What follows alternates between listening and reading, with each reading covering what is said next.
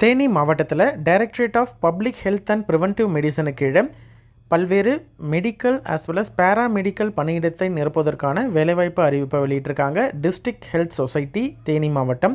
இதற்கு ஆஃப்லைனில் தான் அப்ளை பண்ண முடியும். அப்ளை பண்ணுறதற்கான கடைசி நாள் 24/11/2025.